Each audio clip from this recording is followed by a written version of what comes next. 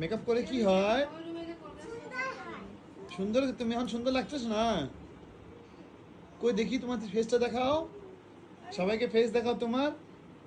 Wow, তুমি এটা কি মারতাছো? এটা কি লাগাচ্ছ? এটাতে মেকআপ লাগাচ্ছ? এই মেকআপ লাগালে কি হয়?